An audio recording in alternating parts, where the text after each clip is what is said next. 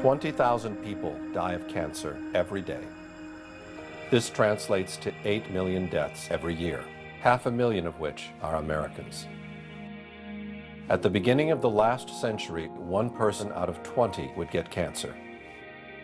In the 1940s, it was 1 out of every 16 people. In the 1970s, 1 person out of 10. Today, 1 person out of 3 gets cancer in the course of their life. Over 1 million Americans are diagnosed with a new cancer every year. All these people suddenly plunge into a dark tunnel that will dramatically change their life for many years to come. Faced with an apparently endless chain of medical tests, examinations, second opinions, medications, new tests, surgical operations, support therapies, and follow-up checks, they find themselves at the complete mercy of the disease. While in that tunnel, each patient feeds an immense medical apparatus that employs hundreds of thousands of people and generates millions and millions of dollars for the medical and pharmaceutical industries. From research laboratories to medical schools, from prevention clinics to worldwide drug sales. Today, the cancer medical apparatus is so large and expensive that it needs its patients in order to survive just as much as the patients need the apparatus. Cancer is a big business, one of the biggest businesses. The typical cancer patient spends at least $50,000 to treat his or her disease. With 1 million new American cancer patients every year, that translates to $50 billion annually spent on cancer treatment in the United States. But to modern oncology, cancer still remains a mystery. What a century ago were just wooden contraptions, able to lift only a few feet off the ground, today have become sophisticated jets, capable of reaching incredible heights at 3 times the speed of sound. What a century ago was the creaking sound of the telegraph over some rustling wires, today has become a global network of fiber optics, where millions of people exchange information in all possible directions.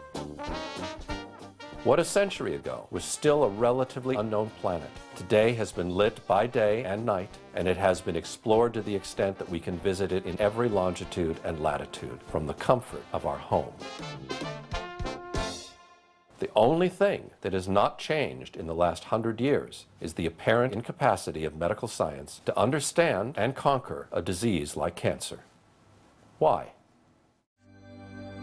The official theory maintains that cancer is a problem that originates in the human cell.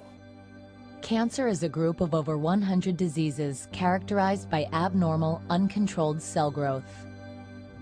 Cancer is a sometimes fatal disease caused by the abnormal growth and division of cells.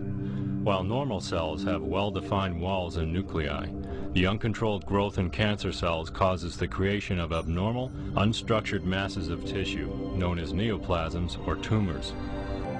Most cancer-related deaths are due to metastasis, malignant cells that penetrate into the circulatory system and establish colonies in other parts of the body. How and where the migrating cells stop is different for different cancer types. Once the tumor cells are no longer moving, they can begin the process of forming a new tumor by leaving the blood vessel and beginning to reproduce in the new location.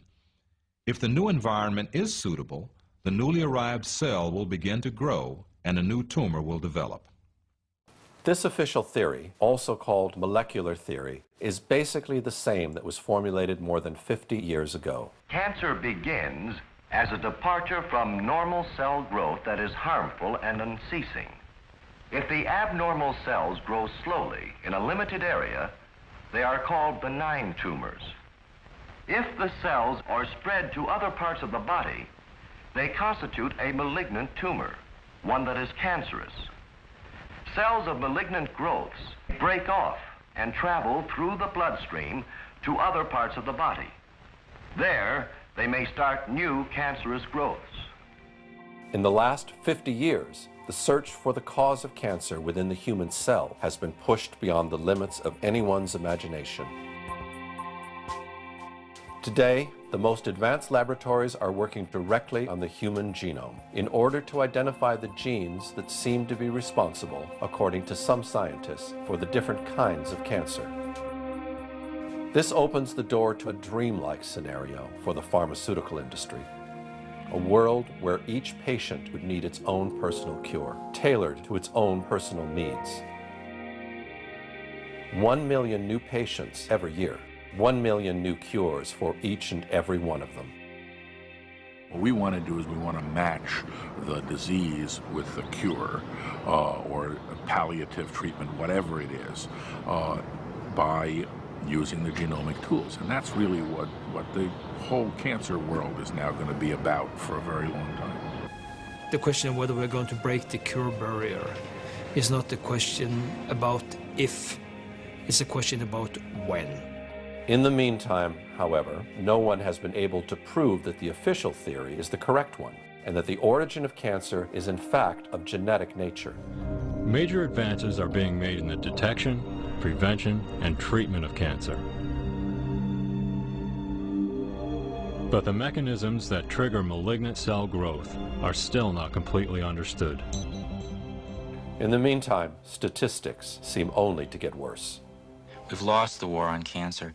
Since the 1950s, the outlook for most cancer patients has remained the same, a 1 in 3 chance of living for 5 years after diagnosis using conventional therapies, surgery, radiation, chemotherapy, drugs. The fact is that today, 2 out of 3 American cancer patients will be dead before 5 years.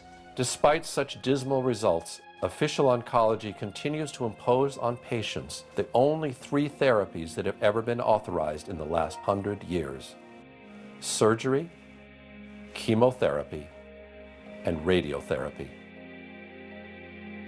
And 2 of the 3 are actually carcinogenic.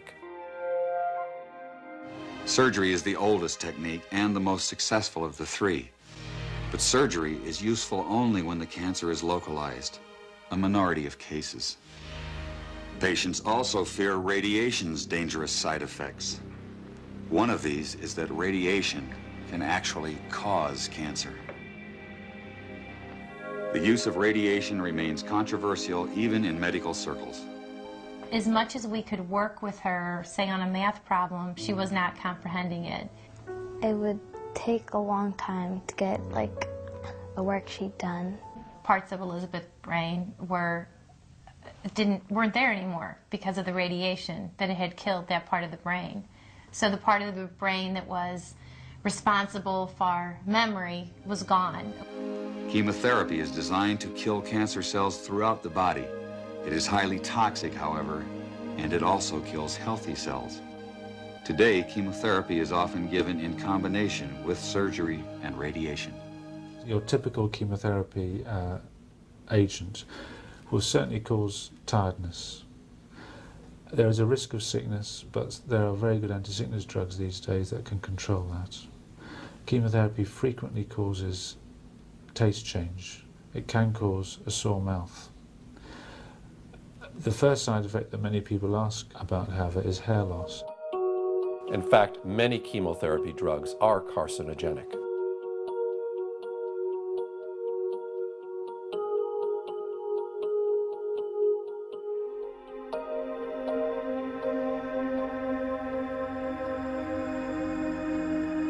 Their toxicity is so high that all personnel handling them must observe very strict safety rules. Their disposal calls for total destruction and incineration of anything that comes in contact with them. Some of these drugs remain partially toxic even after incineration beyond 1800 degrees Fahrenheit. But there is something new about chemotherapy that's been emerging of late. Many women who undergo chemotherapy for breast cancer describe unsettling changes to their memory and concentration. Researchers at the University of Michigan Comprehensive Cancer Center say this phenomenon is very real. Women have complained of cognitive changes that have occurred during the time that they've been treated for breast cancer for a long time now.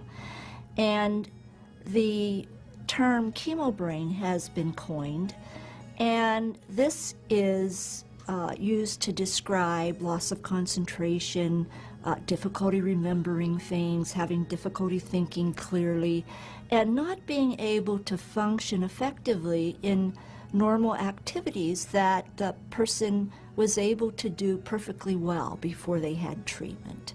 Simple little things. I'd have to wait to think of something, and it would be frustrating. X is red, C is green. Researchers say the chemotherapy creates memory problems that can last for years. Children are also beginning to report long-term effects of chemotherapy drugs. Things like my homework, like, let's say, like math homework. When it's real noisy, I can't focus. And it just makes me feel like my mind's being erased. But is there any benefit in chemotherapy? John Cairns of Harvard University published a study in Scientific American. He found that chemotherapy drugs benefit at most 5%, 1 out of 20 of the cancer patients they're given to. If conventional therapy has such limited results, why isn't the medical profession willing to investigate alternative approaches? The answer to this question may be found in some historic events that took place almost a century ago, when official medicine finally managed to gain the upper hand on the so-called empirical doctors, who cured patients with herbs and natural remedies. In the 1800s, society sanctioned both approaches to healing. Patients had a choice of using either doctors, called allopaths, or natural healers, called empirics or homeopaths. The two groups waged a bitter philosophical debate. The allopathic doctors called their approach heroic medicine. They believed the physician must aggressively drive disease from the body. They based their practice on what they considered scientific theory. The allopaths used 3 main techniques. They bled the body to drain out the bad humors.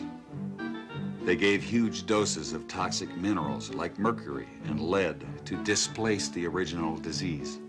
They also used surgery, but it was a brutal procedure before anesthesia and infection control. Few patients were willing to have surgery. Most patients feared allopathic methods altogether. Satirists of the day remarked that with allopathic treatment, the patient died of the cure. Competing with the doctors were the empiric healers. Contrary to the doctors, they believed in stimulating the body's own defenses to heal itself. Instead of poisonous minerals, they used vegetable products and non-toxic substances in small quantities. They especially favored herbs learned from Native American and old European traditions. The empirics said they based their remedies not on theory, but on observation and experience. Satirists of the day added that with empiric treatment, the patient died of the disease, not the cure. And the balance of medical power remained equal until the turn of the century. Then, new medical treatments emerged that were potentially very profitable. The AMA joined with strong financial forces to transform medicine into an industry. The fortunes of Carnegie, Morgan, and Rockefeller financed surgery, radiation, and synthetic drugs. They were to become the economic foundations of the new medical economy. The takeover of the medical industry was accomplished by the takeover of the medical schools. Well, the people that we're talking about, Rockefeller and Carnegie in particular, came to the picture and said, we will put up money. They offered tremendous amounts of money to the schools that would agree to cooperate with them. The donors said to the schools, we're giving you all this money. Now, would it be too much to ask if we could put some of our people on your board of directors to see that our money is being spent wisely? Almost overnight, all of the major universities received large grants from these sources and also accepted 1, 2, or 3 of these people that I mentioned on their board of directors, and the schools literally were taken over by the financial interests that put up the money. Now, what happened as a result of that is that the schools did receive an infusion of money. They were able to build new buildings. They were able to add expensive equipment to their laboratories. They were able to hire top-notch teachers. But at the same time as doing that, they skewed the whole thing in the direction of pharmaceutical drugs. That was the efficiency in philanthropy. The doctors from that point forward in history would be taught pharmaceutical drugs. All of the great teaching institutions in America were captured by the pharmaceutical interests in this fashion. And it's amazing how little money it really took to do it. Surgery became viable with anesthesia and infection control, and doctors advocated expensive, radical operations. These in turn produced the need for a large, lucrative hospital system. Radium fever swept medicine. The price of radium rose 1,000% almost overnight. Another costly technological industry entered the hospital system. A drug industry grew out of the booming patent medicine business. The doctors changed educational standards and licensing regulations to exclude the empirics. Soon, only AMA-approved doctors could legally practice medicine. In a brief 20 years, the AMA came to dominate medical practice. Organized Medicine launched a media campaign to associate the empirics with quacks. The code word for competition was quackery. So now the average doctor goes through school, he gets a great education, he has to be really smart to get through it, he learns all about drugs, he doesn't know too much about basic nutrition. I found that the average wife of these physicians knows more about nutrition than he does, but they sure know their drugs. And if you go to your typical doctor today, I don't care what it is, chances are you're going to walk out of there with a prescription. Why? Because that's what he has been trained to do. The companies that make up the pharmaceutical industry are among the largest corporations in the world. Together, these businesses have come to be known as Big Pharma. In 2004, their combined global sales were over $500 billion, with Pfizer and Johnson & Johnson leading the pack. In the U.S., the core of Big Pharma's immense profits is from sales of prescription medication. And since these drugs can only be prescribed by medical professionals, most of the industry's promotional and marketing activities are directed at doctors, pharmacists, and other healthcare providers. This starts out at the first day of medical school, and in many medical schools, even the incoming students that, are 2 years away from seeing a patient will start to get gifts from the pharmaceutical industry. And as these students get farther along in their medical education, the interactions and the gifts escalate to free lunches, to dinners. Champagne, brunches, happy hours, New York jet tickets. No matter where you spend the money, you make money.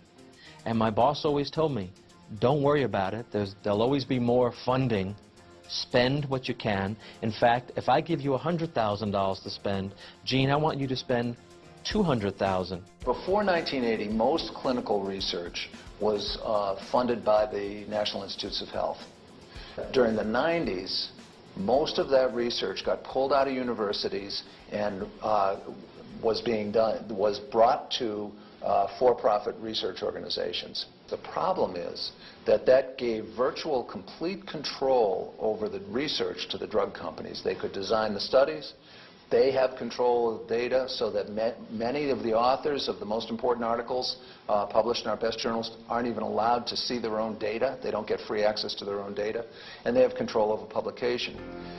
To sum it all up, the pharmaceutical industry first gained control of the teaching system. Then it gave the AMA the power to exclude all other doctors from practicing. Then it took over the entire drug testing process, while heavily influencing the medical publications that reviewed those drugs. And finally, Big Pharma extended its control over the federal entity that is supposed to verify those drugs' safety and efficacy. At the opposite end are the sick citizens, and in the middle are the doctors who must cure them based on information they can only get from the pharmaceutical industry, which can no longer be verified. Chemotherapy drugs are in fact among the most expensive of all. A 1-month supply of erlotinib, a chemotherapy drug produced by Roche, cost $2,300. The same supply of sorafenib, Bayer's chemotherapy drug, costs $5,500. The monthly supply of sunitinib, a chemotherapy drug produced by Pfizer, cost almost $7,000. The drug industry is the most successful global industry in the world. What they don't want you to do is get better, because if you get better, their market's gone.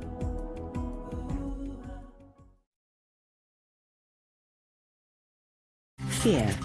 Its darkness causes humanity to make awful choices. With dreadful power, fear can rule our lives and paralyze lofty hopes and dreams in an instant. A global affliction, and deployed all too often by those intent on inflicting control over the masses. Fear preys on the most vulnerable among us. Fear sells, and nowhere is fear peddled more shamelessly than in the fields of medicine and human nutrition. Fear anesthetizes us. It coerces us, making us believe that we can do little on our own to prevent or treat disease, and forces whole nations to kneel at the altars of the drug industry. And of course, the fearmongers are also preying on fear of disease. And the solution that the fearmongers give us are drugs. As if by design, health choices are limited, information is scarce, lives are ruined, and the truth be damned. The fear machine is well oiled by petrochemical dollars and a near worldwide monopoly in healthcare. It works overtime to prevent the truth about dietary supplements from getting out to the public. Anything that comes from nature cannot be patented. They're not interested in that. So, we translate that into the real world of FDA approval. Surely these drug companies aren't going to spend $20 million or more testing any substance from nature because it can't be patented. That, and of course the FDA says it's illegal to use unless it's been tested for efficacy and safety. Now you see the catch-22 you're in there. Nothing from nature, regardless of how effective it might be, will ever be proven safe or effective according to the FDA. It'll never be. Because nobody's going to spend the money to go through the test. So therefore, everything from nature will always be condemned by the FDA as unproven. An unproven cancer cure. In a small town in northern Ontario, the year 1922, Green Case first learned of a cancer remedy which she termed ESSIAC. Unbeknownst to history, this fragile Canadian nurse has heroically managed to cure thousands of people from cancer with a simple concoction of herbs. While nursing an old patient, Renee noticed that she had a scar on her breast. The patient said it was left over from a cancer she had cured over 30 years before, using a mixture of herbs suggested by the medicine man from the local Ojibwe tribe. Renee tried the same formula on her aunt, who had recently been diagnosed with cancer. I went down and I asked Dr. R.O. Fisher, who later was Dean of the University of Toronto, if he would watch over her, if I would try some of these herbs. And he said he would. And it took quite a while, but she got better. And she lived for 21 years. After that successful experience, Renee quit the hospital and began curing people with a mixture of herbs that would become known as ESSIAC, which is her last name, spelled backwards. Soon, the voice spread, and the number of patients healed from cancer started to multiply. In about 1943, I was diagnosed in Toronto General Hospital as having a growth in the bowel which was inoperable. And that was in January, and my husband was told that when the snow was gone, I would probably be gone with it. So through friends, I was directed to Miss Case, and I came to her and had treatments from her for practically 3 years, and felt I was cured, and I've had no return of it since. Dr. R.O. Bastida of Bracebridge sent me a patient, cancer of the bowel, Bert Rosen, and I cured him. So Dr. Bastida went before the town council and mayor and persuaded them to give me a building that they had taken for taxes as a clinic, that I had made a great discovery and that I should be supported in my own hometown. So they set up the clinic where I treated for 8.5 years. In a few months, the clinic was fervent with activity, with patients flocking in from all different places. Her clinic would be full every time we were there. And there were people came in ambulances who were not able to come in for a treatment. She would have to go out and administer the medicine out in the ambulance. Then as the time went on, we watched these people be able to walk in. And finally, they were driving their own car to get SCI. I treated from 300 to 600 patients a week. And the only way they would allow me to do this was free of charge, and I had to have a doctor's diagnosis for every case I treated. So we brought the diagnosis to Nurse Case, and I took treatment from her every week for about a year. And I have no cancer today. It was one Dr. Leonardo from Buffalo who had immediately recognized the potential of Renee's cancer cure to warn her of what was waiting ahead. Dr. Leonardo, he was a cancer surgeon, and he said, "You think you have a cure for cancer?" I said, "I'm way beyond thinking I know." Then I had 5 other doctors in examining patients, and he asked if he could go in with them and examine patients, and I told him he could. So then he told me, he said, "You have it, but the medical profession will never let you do this to us." After a while, a mysterious group of entrepreneurs showed up, offering Renee $1 million for the secret formula. But she flatly refused, as they would not guarantee that her cure would be made available for free to anyone who ever needed it.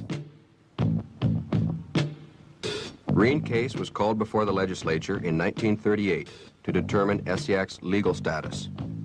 I was trying to legalize my treatment, and the patients went out and got this petition signed, 55,000 names on it. And I went before the legislature, and I lost out by 3 votes.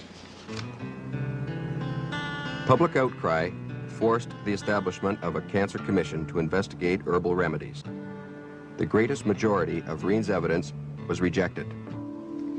You see, they said the doctors all made mistaken diagnosis, that's why the patients thought they were cured. I kept on my clinic as long as I could until they stopped the doctors from giving a diagnosis, and then I had to stop. And it's a sad thing when somebody comes and they have somebody that is ill with cancer and the medical profession can do nothing for them, and they beg of me to treat them. It's a very, very sad thing to turn them away. And I had a nervous breakdown over that, so I really had to stop. I don't see how they can refrain from recognizing it, because if you have the proof, you have the diagnosis from the doctor, you have the pathological findings, and you find you have the living patient to show that they are still alive after the medical profession has given them up. And yet they refuse to admit that it is a cure. After she recovered from the breakdown, Renee started again from scratch, brewing the herbal mixture and curing patients in her own basement. I have to grind them. I used to get them already ground. Soon the authorities began harassing her again, having her arrested more than once for the most preposterous reasons. But the fame of ASIAC had already crossed the border, as one day Renee received an invitation to scientifically test her herbal remedy from a clinic in Massachusetts. About 20 years ago, 1958, here in this lavatory. Its director was Dr. Charles Brush, who was also President Kennedy's personal physician and a close friend. Undertook to study the effects of a drug or an herb called ASIAC. And we found that it was non-toxic and did have effects in help in the treatment of cancer. And as a result of this... At that point, Dr. Brush recommended ASIAC to be tested for toxicity in order to be approved by the FDA as a possible cancer cure. But once the herb arrived at Sloan Kettering, one of the most important cancer research centers in the country, the process somehow got bogged down by inexplicable delays and eventually never came to a conclusion. The results that I reported to Reen case were studies in sarcoma 180 in the mice in which we were looking not only for possible primary inhibition of the tumor, which did not occur, but also for regressions. And there was a very small percentage in a small group of regressions, but we never had the opportunity to confirm this and to see whether we could obtain better results. Nevertheless, ASIAC was not approved by the FDA, exactly as predicted by Dr. Leonardo 30 years before. Further attempts to legalize the cure were made by different groups of patients who went as far as suing the medical authorities for denying them a possible cure for cancer. Permit them to have ASIAC. They're asking to be given the right to use ASIAC since orthodox medicine no longer has any answers for them.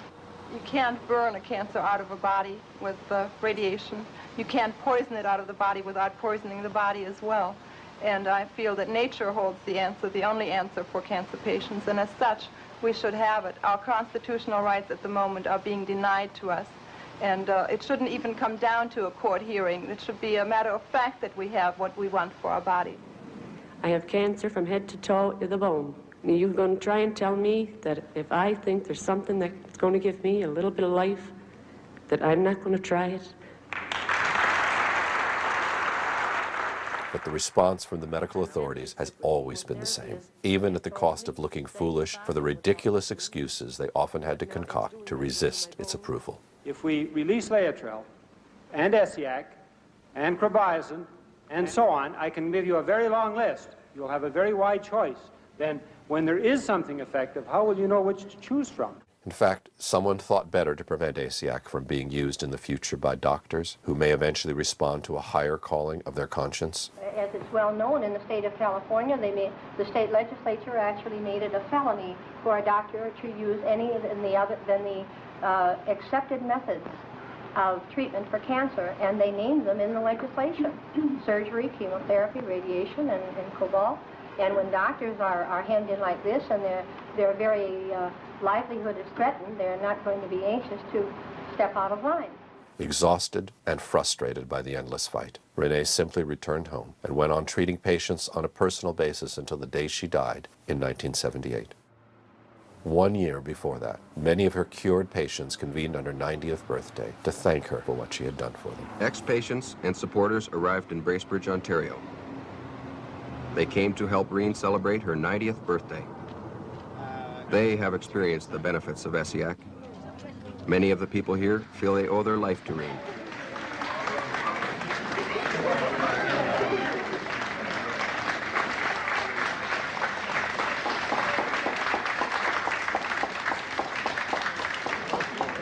Remember, I brought the two ladies up to you that day in the house.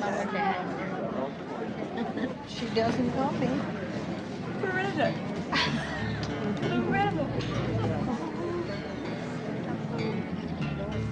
I have given my life for it. I couldn't give any more than that. God's been good to let me live this long, to see it used.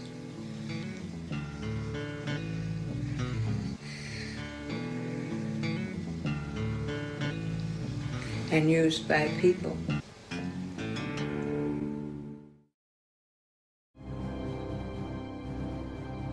Very similar to Renee's story is the one of Harry Hoxsey, a Texas businessman whose father had passed on to him an herbal formula that would reveal highly effective against cancer. Unlike Renee, however, Hoxsey was very wealthy and was a natural-born fighter who feared no one. This set the premise for one of the most prolonged and virulent fights between an American citizen and the medical authorities in the history of the United States. The trouble began with what seemed like good news. And we now have in our files and our records many, many thousands of case histories and records, pathological proof, X-ray photographic studies that we do positively cure cancer, both internal and external. I give you names, times, dates, names of doctors, names of institutions. The doctors labeled Hoxsey the worst cancer quack of the century. But Hoxsey's supporters called him an effective healer, persecuted by a medical trust. But up to now, they have never proven that this treatment don't cure cancer. The ex-coal miner with an 8th grade education became a legend in his own time. According to the Hoxsey legend, the remedies were discovered by his great-grandfather experimenting on a sick horse. As the story goes, John Hoxsey was a veterinarian whose prize stallion got cancer. He put it out to pasture to die. But 3 weeks later, the tumor had stabilized. He observed the horse eating unusual plants, not part of its normal diet. Within a year, the horse was well. So John Hoxsey began to experiment on animals with the herbs, and he added other popular home remedies. He claimed success and passed the formulas down through the family, who eventually used them on people. Hoxsey said his father was the first to try the medicines on people. He gave young Harry the formulas with a deathbed wish to make the treatment available to people whether or not they could pay. Prophetically, he warned the boy against the high priests of medicine who would fight him jealously. It didn't take long. Hoxsey started his first clinic in Illinois in 1924, and he immediately incurred the wrath of organized medicine. He was arrested more times than any other man in medical history. Yet by the 1950s, the Hoxsey Clinic of Dallas, Texas was the largest privately owned cancer center in the world. Hoxsey clinics reached through 17 states. Endorsing the treatment were senators, judges, and even some doctors. 2 federal courts upheld its therapeutic value. If the treatment was worthless, how did it gain so much support? To claim a cure for cancer is to invite evaluation. While the medical profession turned its back on Hoxsey, numerous individuals did make personal investigations. These experiences repeatedly turned skeptics into believers. Among them was Esquire magazine writer James Wakefield Burke, who in 1939 began covering the Hoxsey story. My boss, Arnold Gingrich, one day said, "Why don't you go down to Texas and let's expose this fellow. He's getting too big." And the American Medical Association liked to put him out of business, and said, "You go down and get acquainted with him," and says, "We'll do a couple of pieces on him and put an end to this." So it was an assignment. I came to Texas. I expected to stay about a day, get my information, and leave. I became fascinated. I stayed for 6 weeks. Every day, Harry would pick me up, bring me to the clinic. We'd come in the morning, and he would put his arm around these old men and women, say, "Dad, them doctors been cutting you up." Says, "I ain't gonna let them sons of bitches kill you. You're gonna live." And he'd treat them, and I'd watch him treat them. They'd get better and begin to get well. So I wrote an outline for a piece which I called "The Quack Who Cured Cancer." And I sent it back to the editors, but it never came out. Assistant District Attorney Al Templeton was more than a skeptic. He arrested Hoxsey more than 100 times in 2 years. Then his own brother, Mike, got terminal cancer and secretly went to Hoxsey. When Mike Templeton got well, Al Templeton gave Hoxsey the credit. Hoxsey's prosecutor became his lawyer. More and more people kept supporting Hoxsey's claims of a cure. His boldest promoter was Christian evangelist Gerald Winrod. His radio broadcast reached millions of listeners with sensational reports of Hoxie's mounting successes. I wish to begin this broadcast by reading for you what I regard as a very important statement, and I quote, Judge W.L. Thornton, this is the second jury of 12 men that has found in my court that the Hoxie treatment cures cancer. 10 doctors found that the number of cures reaches into the thousands. Former United States Senator Thomas studied a large number of cures. I had made my own investigation, had satisfied myself that cancer was really being cured by the Hoxie method. This humble reporter can only say, God bless these quacks, the only quacks who are curing cancer today. But a new cancer treatment needs more than personal investigations to gain acceptance. It needs a formal scientific review. And when I say to you, all I want is to have them come here. The American Medical Association, the Pure Food and Drug, the federal government, anybody, come here and make an investigation. And if I don't prove to them beyond any question of a doubt that our treatment is superior to radium X-ray and surgery, then I will lock the doors of this institution forever. But the medical profession did not respond to his call.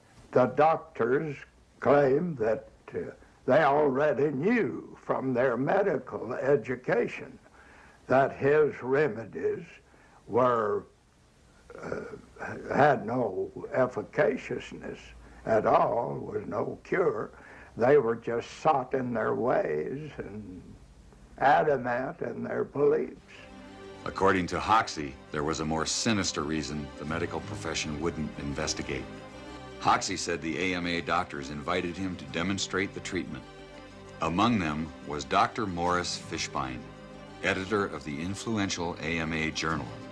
According to Hoxie, the day after his successful demonstration, a high AMA official asked to buy the rights to the formulas.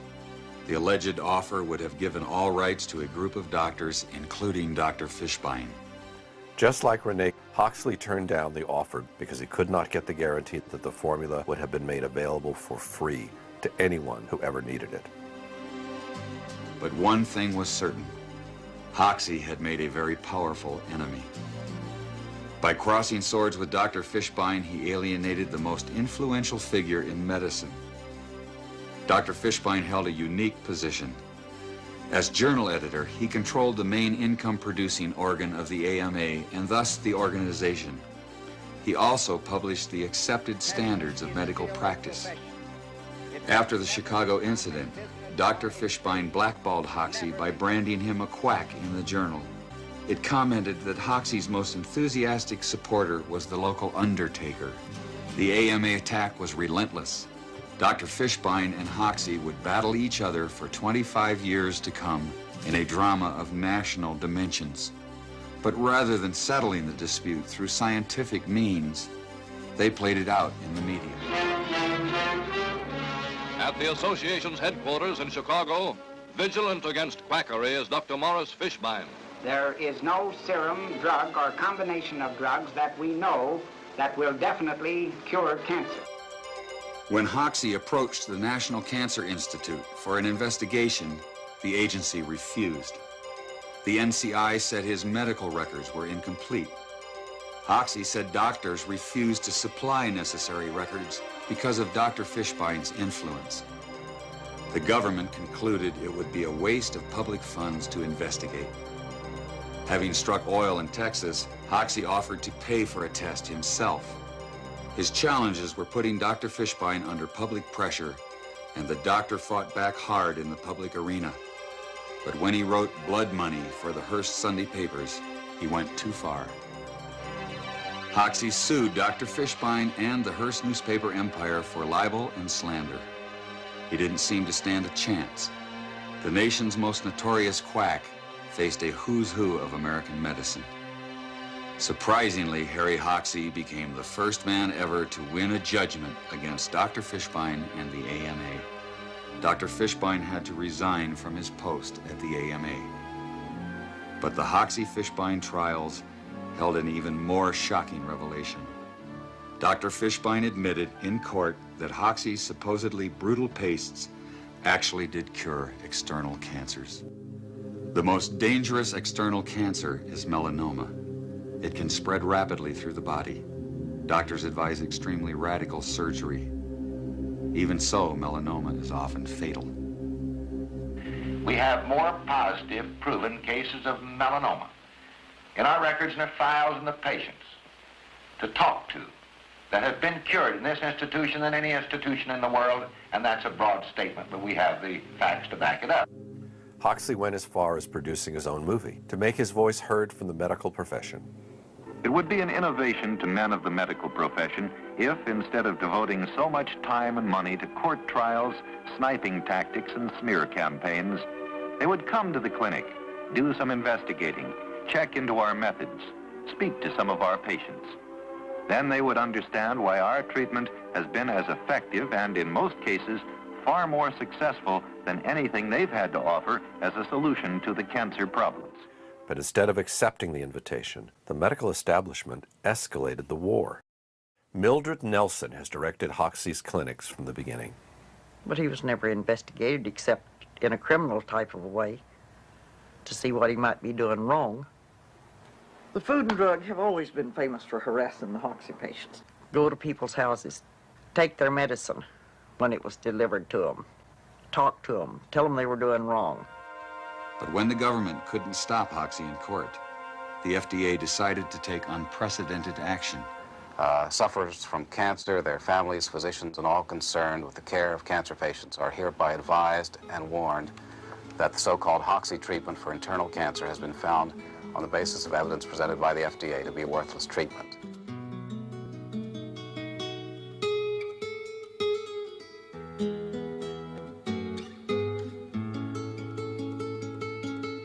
And it was so successful that the FDA then went ahead and issued it in a poster form, which was put up in post offices around the country. I'm swimming in blood now. They've done everything they possibly can to try to humiliate me. They've had me in court many, many times. But do I care about that? I'm not thinking about what they're doing to me. I'm thinking about the 12,000 patients who's under treatment observation here at this clinic. I'm only thinking of one thing: suffering humanity. But the government did more than just warn the public. Although federal prosecutors couldn't prove the treatment was worthless, they did outlaw it on technicalities like false labeling in interstate commerce. At one time, we had 17 clinics open across the country. Food and Drug walked in the same day to every one of them and padlocked them. And no way did Harry have the money to fight that in court, state by state.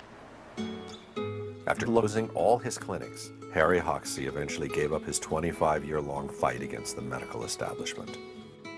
He built a new clinic in Mexico, put Mildred Nelson in charge, and went back to Texas, where he died in 1974. The Mexican clinic has been treating thousands of patients over the years and is still active today under different doctors after Mildred Nelson passed away. But the Hoxsey treatment has never been made available to American patients, and it cannot even be shipped legally into the country.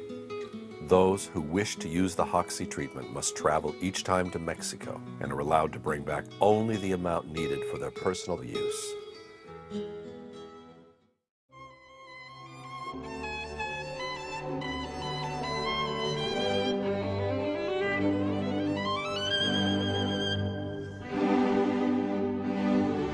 All the diets, the health food principles, and the nutritional concepts that we share today have a single father, Maximilian Gerson.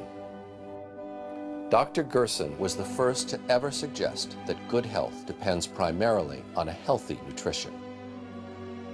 Born in Germany in 1881, Max Gerson was inspired by the figure of Ignaz Semmelweis, the Hungarian doctor who discovered that in order to avoid infections in pregnant women, physicians simply needed to wash their hands in a chlorine solution. Prior to receiving his doctorate as a medical student, Max Gerson suffered from severe and repeated migraine headaches, leaving him essentially unable to function for days. After 2 years of experimenting, Dr. Gerson was able to eliminate his migraines completely by eating only certain raw fruits and vegetables. By 1918, word was spreading about the Gerson migraine diet. But on one occasion, a patient returned with an observation. Not only had the migraine been relieved, but his skin tuberculosis also disappeared. The astounding news spread like wildfire. In April 1924, famous lung specialist Dr. Ferdinand Sauerbruch offered to do a clinical trial with 450 incurable skin tuberculosis patients. At the commencement of the study, Sauerbruch said to Gerson privately that if even one patient showed improvement, he would believe every word of Gerson's treatment. 446 out of 450 patients recovered, over 99%. Dr. Gerson and his wife Gretchen had 3 daughters, Joanna, Gertrude, and the youngest Charlotte. Of all the children, Charlotte took a special interest in her father's work. By the late 1920s, Dr. Gerson's fame had spread throughout Europe, especially after he cured Dr. Albert Schweitzer's wife, Helena, of pulmonary tuberculosis and Schweitzer's daughter's skin disease. When Dr. Schweitzer was 75 years old, he came to Dr. Gerson with diabetes and was also cured. The Gerson therapy aims to achieve a complete detoxification of the body through a series of intestinal washes based on organic coffee and a strict diet of raw vegetables and fruits grown in an optimal terrain. Meat is absolutely to be avoided, as explained by Charlotte, Dr. Gerson's 82-year-old daughter. Because meat in the body, in the digestive process, causes acidity, phosphoric acid. And in this kind of acidity, the body isn't able to function. The body has to maintain homeostasis. It has to maintain a very exact level of alkalinity versus acidity. Once detoxified, the human body confirms being a wonderful machine, capable of healing itself from any given disease. Between 1933 and World War II, Gerson and his family fled Nazi persecution, eventually settling in New York. Dr. Gerson's 7 siblings died in the Holocaust. Throughout the 40s, Dr. Gerson's success at his New York clinic stunned the medical community, but also evoked the dark forces within it. Dr. Gerson was curing patients with cancer, and as a consequence, he testified before the United States Senate on July the 1st, 2nd, and 3rd in 1946, along with 5 of his recovered cancer patients and the medical records of 5 more.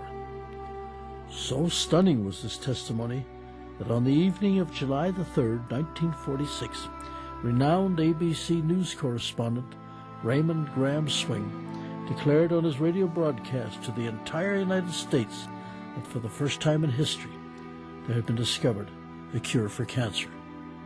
The public response was overwhelming, staggering, lighting up the switchboards at ABC non-stop, out of control, unbelievable. But what happened next was even more so. 2 weeks later, Raymond Graham Swing was fired from his position at ABC that he had held for over 30 years, and the Pepper-Neely Anti-Cancer Bill of 1946, document number 8947, now gathers dust in the archives of the United States Printing Office. Behind it all, it wasn't hard to see the hand of Morris Fishbein and the AMA.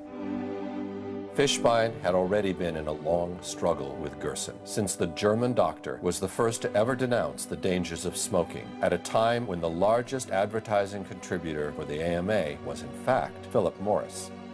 In a repeated national survey, doctors in all branches of medicine, doctors in all parts of the country were asked, "What cigarette do you smoke, doctor?" Once again, the brand named most was Camel. Yes, according to this repeated nationwide survey, more doctors smoke Camels than any other cigarette. Max Gerson was ostracized from the entire medical community, who labeled him a quack, continuously attacked him and harassed him. I was investigated 5 times. What do you mean by being investigated, sir? From the AMA. They investigated you? Yes, 5 times. Every time they come, I show them, here the patient you sent home to die, cured. Other patient you sent home to die, cured. Next patient, you sent home to die cured. What are you going to do? You don't look like the type of man that's going to give up at this point. No. How could I give up this when I see these wonderful results? That's impossible. First, I write the cancer book.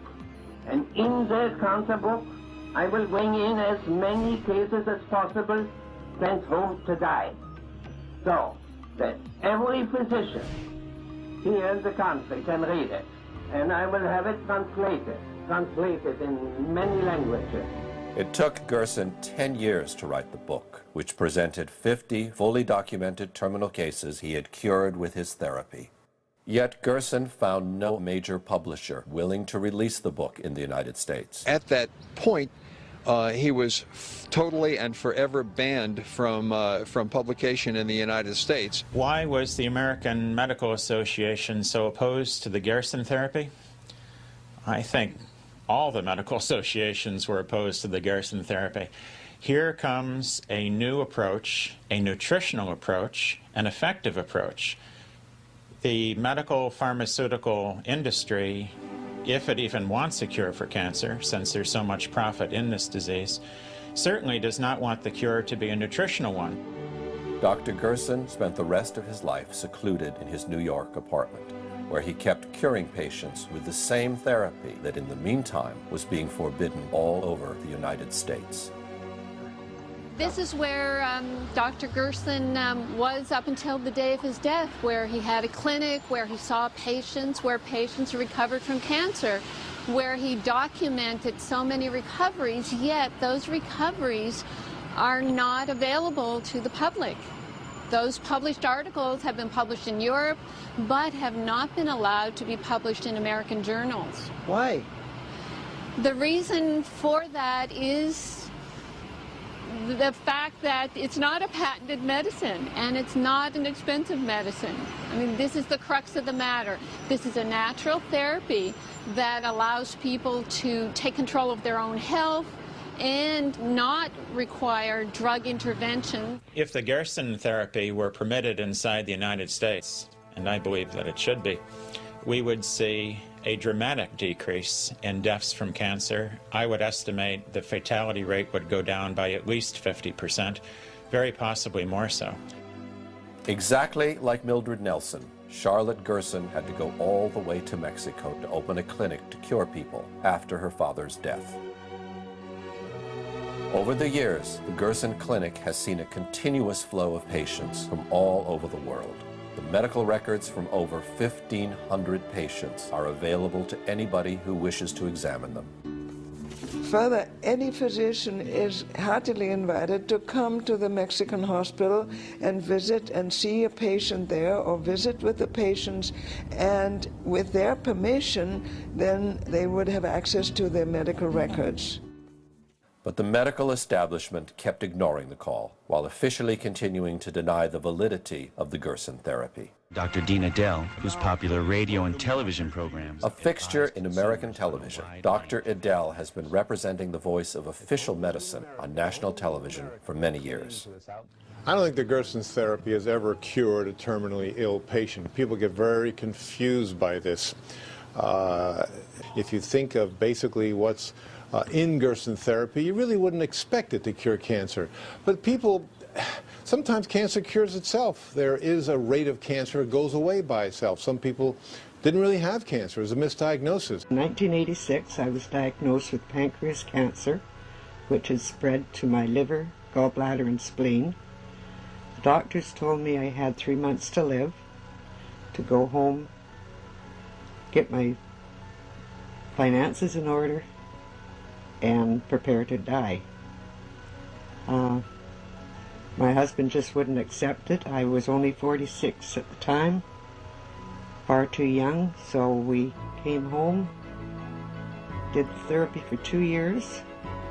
After 3 months, my doctors here wondered why I was still living. They asked me if I would have a CAT scan, which I did.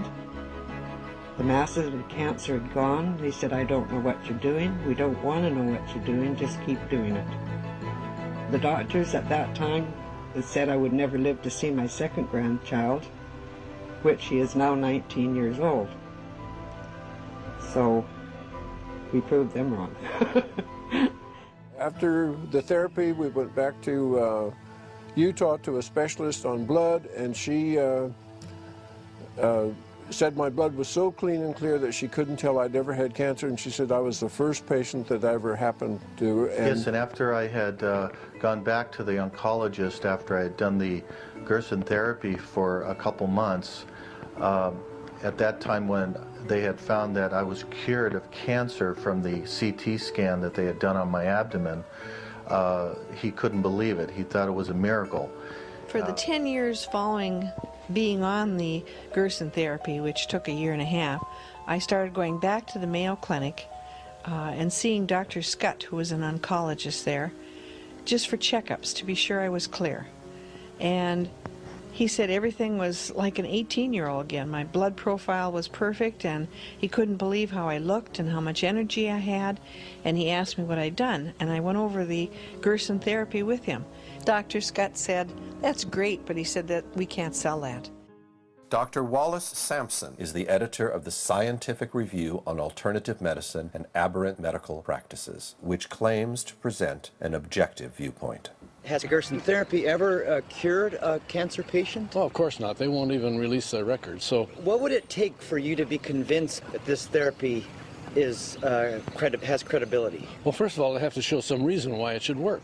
We know how cancers behave, and we know the kinds of things that cause cancer. So they have to come up with some kind of a believable theory of why their diet should work. But second of all, they'd have to convince us that everything we know about it in the past 50 years is wrong, and they're right. Now, how are they going to come up with material like that? That's impossible. They don't have it. Dr. Gerson documented so many recoveries, yet those recoveries are not available to the public.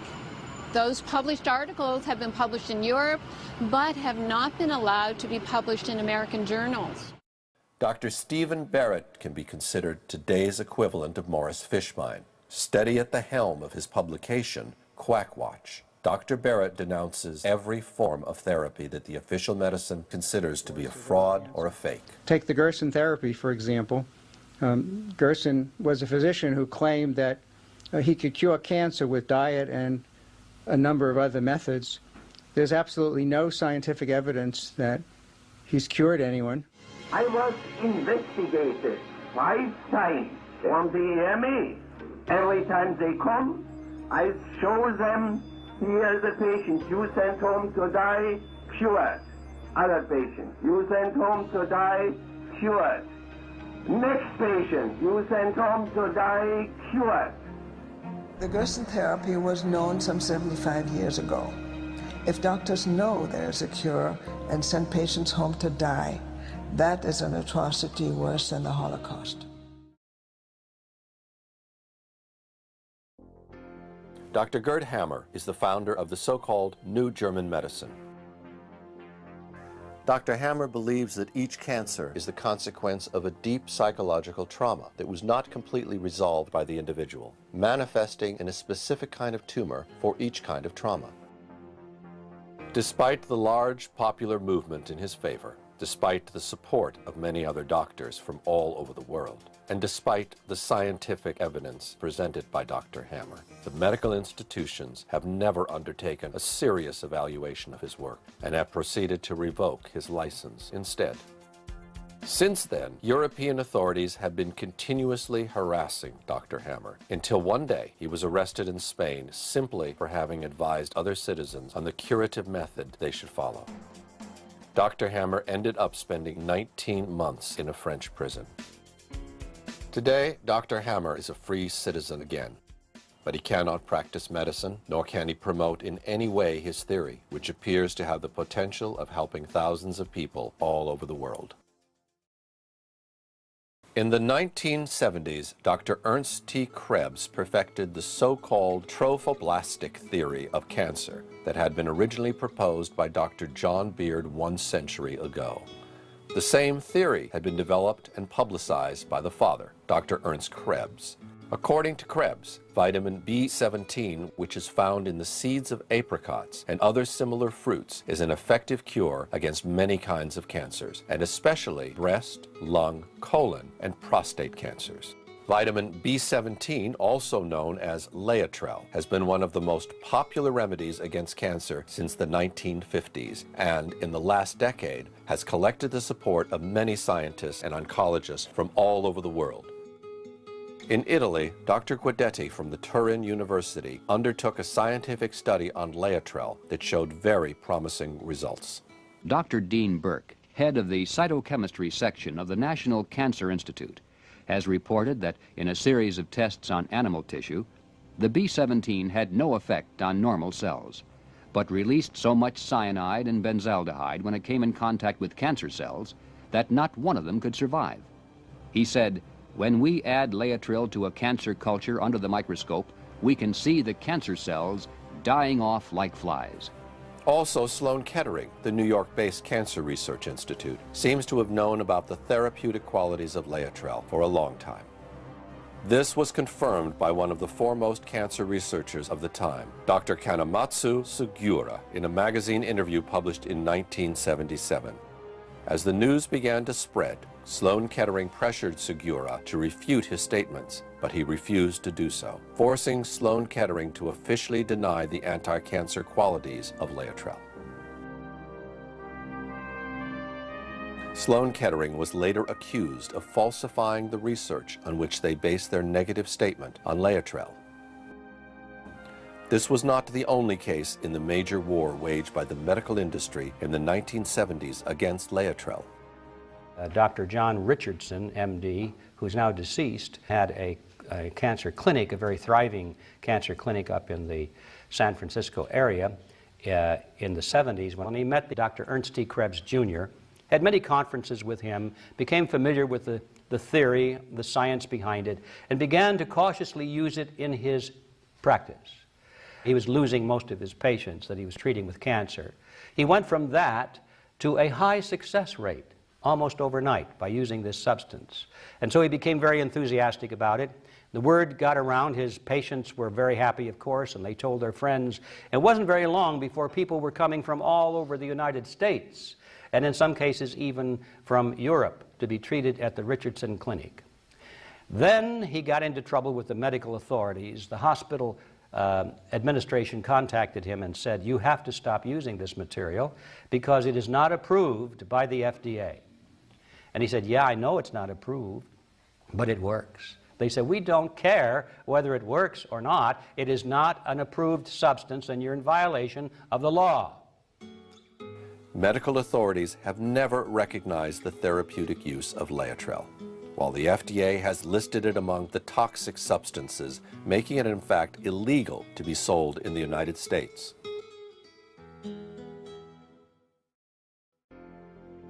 In 1992, Dr. William Lane published a book called Sharks Don't Get Cancer, in which he maintained that shark cartilage has the capacity of inhibiting the growth of tumors. In order to grow beyond a certain size, every tumor needs to build its own capillary system.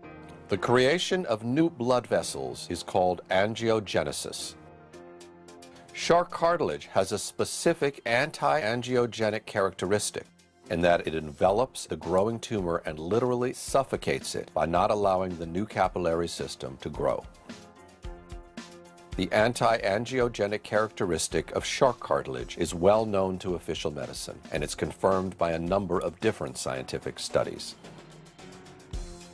But shark cartilage, for some reason, is not suggested as a cure for cancer, while the pharmaceutical companies are competing in secret to produce a similar compound in the lab, or to extract from the cartilage a specific compound that can be patented and exploited commercially. What they are interested in finding something, perhaps within something in nature, if they can find some subcomponent that they can extract and then make it a man-made chemical that works the same way, then they can patent that, then they're interested, but not if it comes from nature. Another well-known remedy against cancer, particularly popular in Europe, is mistletoe, a semi-parasitic plant found on oaks and other similar trees. Mistletoe is used to produce different medicines, like Iscador, whose effectiveness against cancer has been known for many years. I think it deserves some merit because it's nothing new. It's not a fad. It's been around a long time. It's been used for over 70, 80 years. Austrian scientist and philosopher Rudolf Steiner, the founder of anthropological medicine, suggested the use of mistletoe against cancer almost 100 years ago. This plant has been considered sacred since the times of the Celts, who worshipped it and used it as a universal ailment.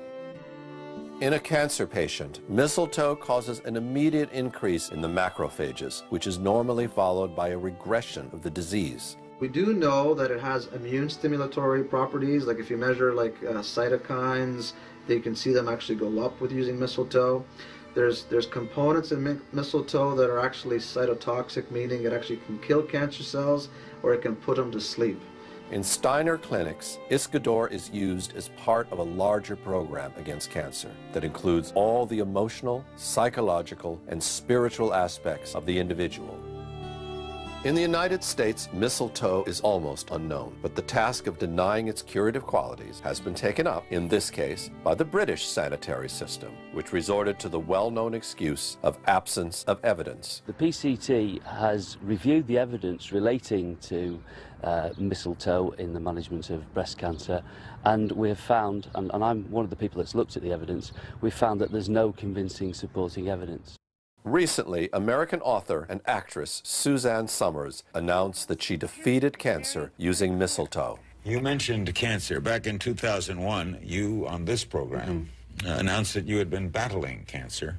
Most people would just go to the doctor and get chemo. You went a different route. How are you now? Well, I just had my killer cells tested, naturally. That's your immune system. And you know, I've been injecting that Iscador now for 8 years. So I haven't had a cold, I haven't had anything. You don't have cancer? I don't have cancer anymore. The list of historic cases in which a potential cure for cancer has fallen into oblivion could literally continue for hours. From the vitamin C cure by Nobel Prize winner Linus Pauling to the infamous Krabiazin by Dr. Ivy, from the molecular cures through the microscope of Dr. Rife to Dr. Collins' toxins, the dynamics have always been the same. The doctors have been ostracized, derided, or persecuted, without their therapies ever being considered for serious scientific evaluation.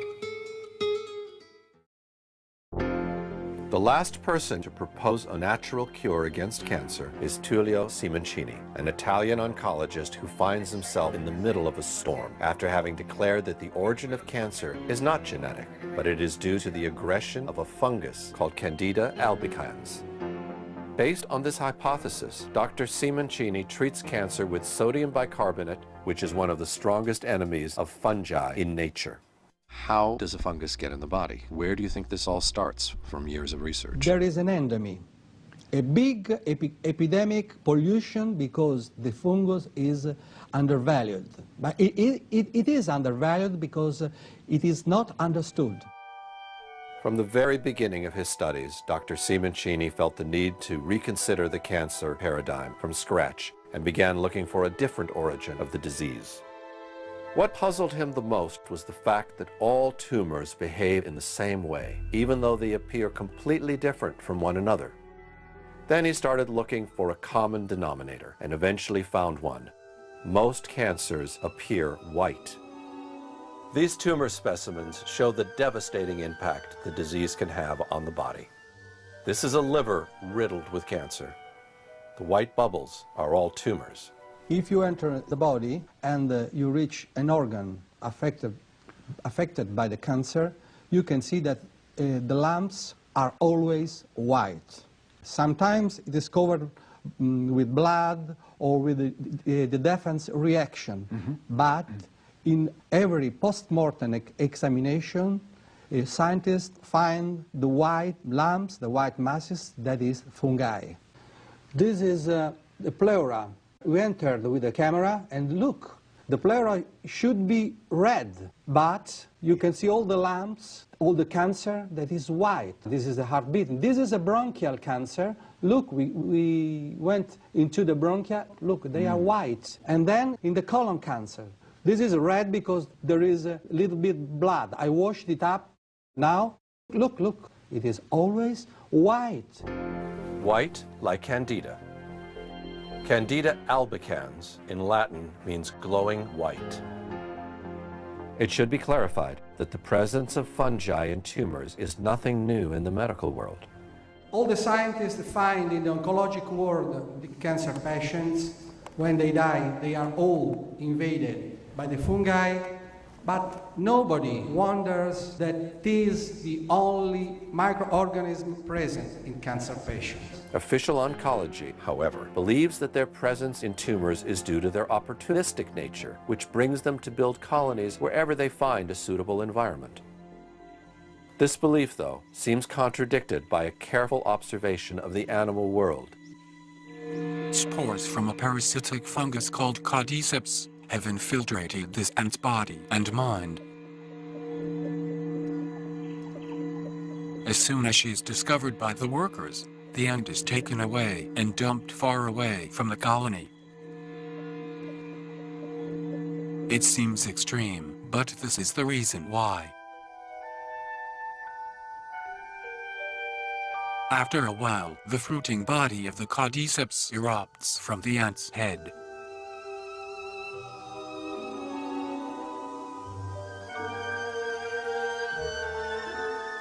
It can take 3 weeks to grow, and when finished, the deadly spores will burst from its tip.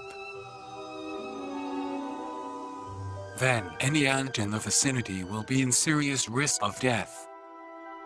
The fungus is so virulent, it can wipe out whole colonies of ants. And it's not just ants that fall victims to this killer. In this case, it was the fungus that caused the ant's death, not the death of the ant to invite the presence of the fungus.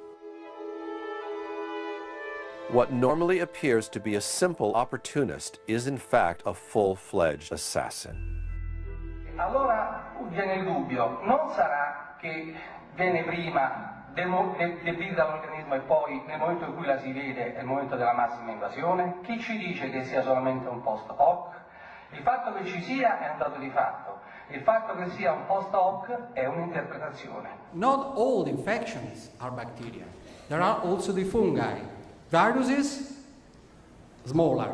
Fungi, bigger. And fungi are the connecting point from the microorganism and the animals. So they can enter in a body like microorganisms, and they can aggregate once they are inside, and they can build a big mass that has the power of an animal. Candida is a very familiar fungus, known especially to women, who sometimes experience an infection in their sexual organs. The vagina is a muscular canal that leads from the outside of the body to the uterus. The warmth and moisture of this canal create a perfect environment for microorganisms to breed. For example, bacteria called lactobacilli, which are naturally present in the vagina, coexist with a yeast fungus called Candida albicans. Normally, the lactobacilli create an acidic environment that keeps the natural yeast population in balance. However, when conditions within the vagina change that either decrease the numbers of lactobacilli or decrease the acidity, these yeast fungi begin to multiply. Normally, the immune system keeps the fungi under control and doesn't allow them to establish colonies in your body. This white cell spots a fungus in the bloodstream, attacks it, and destroys it. If the system's defenses instead get lower than usual, the Candida can manage to aggregate into small colonies practically everywhere in the body. Il momento in cui un fungo entra dentro il tessuto, la parte interna dell'organismo, si chiama la candidosi intima, evoca una reazione di tipo immunitario cellulare che porta alla formazione del tumore. Il tumore secondo me sarebbe quindi l'insieme dell'invasione fungina più la reazione cellulare che l'organismo mette in campo. Far from being a wild, uncontrolled cellular replication, according to Simoncini, the growth of a tumor is a lucid and desperate reaction from the organism in an extreme attempt to reject the intruder. By the same token, Dr. Simoncini believes that metastases are not cancerous cells that leave the primary tumor to go start a new one somewhere else, but small groups of fungi belonging to the primary tumor that fall into the bloodstream during biopsies or during a regular surgical operation. These runaway fungi settle in a new environment and prepare to take advantage of a weakened organism to establish their new colony. Once this propagation has started, it becomes necessary to restore the immune system to its maximum potency as soon as possible. If the patient is given chemotherapy instead, this only accelerates the destruction of his natural defenses, as the drug kills indiscriminately cancerous and healthy cells. While possibly prolonging the survival by a few months, chemotherapy makes it impossible for the organism to recover its defense capabilities, making it bound to succumb, sooner or later, to the multiplying fungal attacks. In order to test his theory, Dr. Simoncini began treating cancer with sodium bicarbonate. Sodium bicarbonate is the strongest substance against fungi. They cannot adapt to a salt because it is not a complex substance. That's why the antifungal today's antifungal drugs are ineffective, because the fungi can adapt themselves in 3-4 days. For a fungus, you give an antifungal drug, you can kill the first layer, but the second layer they get used and they eat drugs, chemotherapy, everything. Gennaro Samgermano is the first patient ever cured by Dr. Simoncini with sodium bicarbonate. In 1983 he was diagnosed with lung cancer and was given a life expectancy of 6-7 months at best. In 2006, 23 years later, he gave this interview. Buonasera. Buonasera, io mi chiamo Massimo. Mi sembra di parlare con una persona molto fortunata, mi sembra di capire, giusto? Sì, molto fortunato, veramente. Perché gli pensi... Molto fortunato, ma grazie a Dio al dottore Simoncini. Ho incontrato con fortuna perché mi aveva detto che mi doveva fare un altro ricovero. Perché la macchia si stava allargando quando sono andato alla visita. E ho detto vieni da me, sono andato con la cura che mi ha dato lui, grazie a Dio. E ci ha messo, mi diceva la moglie, ci ha messo 8-9 mesi a guarire? Sì, oltre 9 mesi. Però se n'è andato via tutto il tumore? Sì, per grazie a Dio sì, che hanno ritrovato che è andato via. Non credere, però a me è andato bene. Già è lì, infatti. Ecco, perché mi ha detto che c'aveva 6-7 mesi di vita addirittura. Lei non ha fatto nessun'altra cura insieme a Simoncini, cioè lei è sicuro che l'ha guarita questa cosa qua? Sì. Non ha fatto nient'altro? La cura di Simoncini altri non sono andati. Adesso solo che qui qualche raffreddore, la febbre, vanno a un altro medico. Vabbè, chiaro, normale. Allora, con la cura là non l'ha fatta solo lui. Non ha fatto nient'altro insieme? No. Ho capito. After a few successful treatments, Dr. Simoncini presented his documentation to the Italian Department of Health, hoping that his theory was put to test under proper scientific protocols. Not only were his findings completely ignored, but Dr. Simoncini ended up being disbarred from the Italian medical order for having prescribed cures that had not been approved by the authorities. This is rather unfortunate, as even the ancient Hindu books of medicine prescribe the use of sodium bicarbonate against cancer. Alkali of strong potency should be used in diseases arising from anula, schlesma, maida, cancerous growths, and such others which are very difficult to cure. This book is over 1,000 years old.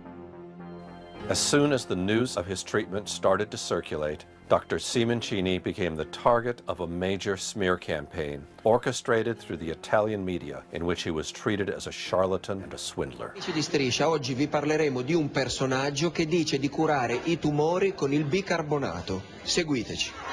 Buonasera, Jimmy Ghione, Striscia la notizia. Come va? Niente, senta, ma com'è questa storia del bicarbonato? Ci può raccontare com'è che si curano i tumori con il bicarbonato? E ci può raccontare un po' com'è questa storia? Se basta il bicarbonato per curare i tumori.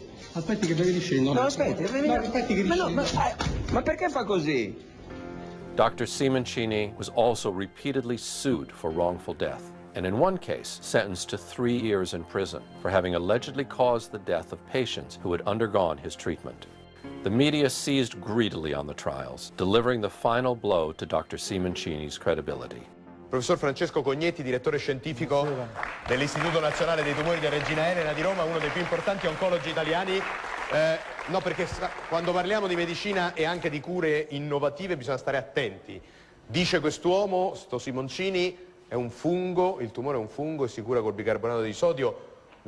L'impressione immediata di un grande medico. Beh, una tesi bizzarra, voler essere ottimisti, e direi che è pazzesco, non c'è nessuna dimostrazione che ci siano rapporti tra infezioni fungine e neoplasie, né tantomeno che i funghi siano l'unica causa di cancro, come sostenuto dal dottor Simoncini. Possiamo dire con assoluta certezza che il bicarbonato di sodio al tumore purtroppo non gli fa nulla, se no sarebbe stato molto semplice Assolutamente affrontarlo. nulla, ma può essere, devo dire, anche pericoloso, perché se somministrato a dosi importanti può determinare squilibri metabolici importantissimi che possono compromettere la funzione renale, la funzione respiratoria, la funzione cardiaca, cerebrale, e quindi è un farmaco che, se somministrato a dosi importanti, può determinare anche la morte. The paradox is that Tullio Simoncini is not an alternative doctor, nor is he against the system at all, but he is possibly the most allopathic and orthodox of them all.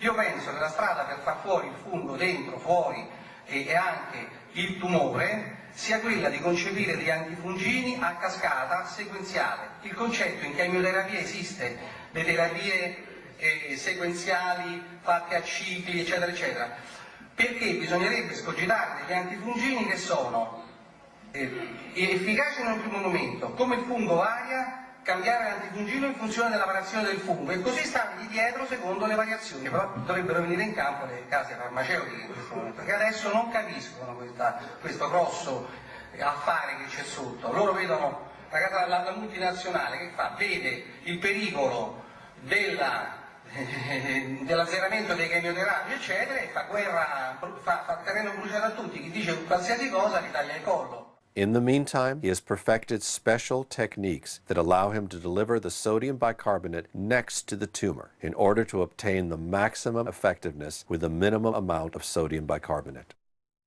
Sodium bicarbonate is effective if you can put in contact the sodium bicarbonate with the cancer.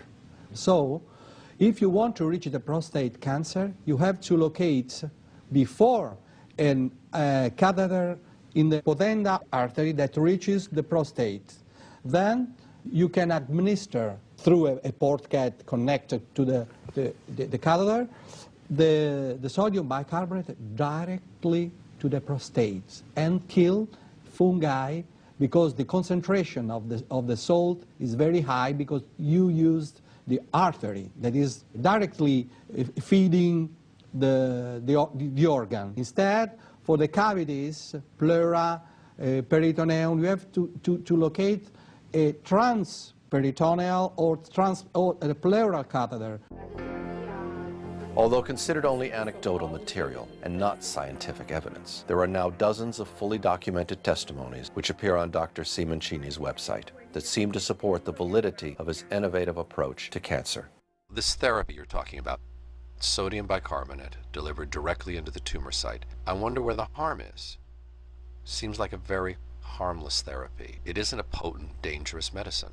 No, it's not dangerous, because there is a remote possibility of infection, but there is the life on the other hand.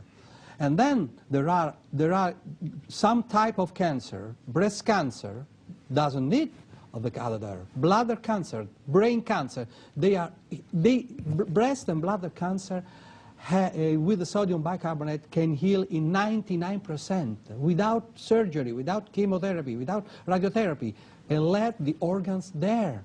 Dr. Simoncini believes that also skin cancers are caused by a fungus and treats them with regular iodine tincture. In some cases, patients have reported even the nastiest melanomas to fall off within weeks, like simple scabs. And the cancer is gone? Totally gone. For the first time, I feel like I got my life back again. Not every cancer, however, can be treated with the same effectiveness. Bone cancers, for example, receive hardly any blood at all and are very difficult to reach with the proper amount of sodium bicarbonate. Different techniques, in some cases, can be applied. The last testimony is from someone who found himself on both sides of the fence at the same time. A doctor who got cancer. Io mi chiamo Carmelo Lombardo. Di mestiere? Mestiere faccio il medico. After the removal of a primary tumor in the bowel, Dr. Lombardo learned he had some metastasis in his liver. Just before undergoing the liver surgery, he learned that he had also developed a metastasis in each of his lungs. Ormai avevo detto vabbè, quando ero stato operato ai miei cari non l'ho detto, però pensavo di avere se no 1 anno e mezzo, 2 anni, forse. After returning home, Dr. Lombardo found out about Dr. Simoncini's therapy and chose to use the ports that had been prepared for the chemo to introduce the bicarbonate solution instead. Ah, quindi lei aveva il port per la chemio e invece l'ha usato per infilare il bicarbonato? Sì, per il bicarbonato, sì. E il port dove ce l'aveva esattamente? Il port ce l'ho all'altezza della seconda costola. Nella seconda costola precisamente hanno incannulato la carotide interna e raggiunge la cava superiore. After a few cycles of sodium bicarbonate, a CAT scan revealed both tumors had disappeared from his lungs. Con esame fatto con mezzo di contrasto e senza contrasto non si apprezzano lesioni né di tipo primitivo né di tipo secondario. Lei ha un messaggio da dare ai suoi colleghi medici? Di qualcosa? Ai colleghi medici sicuramente, io dico una frase che dico sempre: la verità a volte è davanti alla punta del nostro naso, ma è talmente vicina che non riusciamo a metterla a fuoco, quindi a vederla. Quindi cerchiamo, e poi un'altra cosa, la verità non esiste una verità. La verità non è qualcosa che tu puoi pensare di possedere. La verità è ricerca. La verità la trovi soltanto se ampli i tuoi orizzonti, se allarghi il tuo modo di vedere.